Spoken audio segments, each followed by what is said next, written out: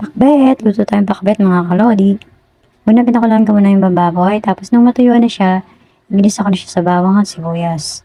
At nilagyan ko na rin siya ng tomato paste. Wala akong kamatis, malang kamatis. Nilagyan ko na siya ng margarine para yung lansa ng bagoong ay mabawas-bawasan po ng konti. Tapos ginisa-gisa ko na siya sa yung bagoong doon. Luto na yung bagoong kaya hindi na ako masyado nagigisa ng maraming kamatis. So, nilagyan ko siya ng konting asukal. Gusto ko kasi medyo manamis-namis yung aming pakbet.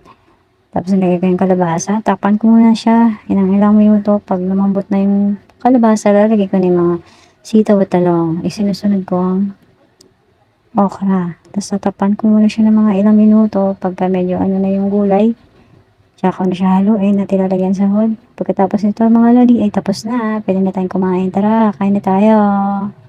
Yum yum. Baka pwede mo naman itong i-share o kaya i-follow ang aking page. Thank you po.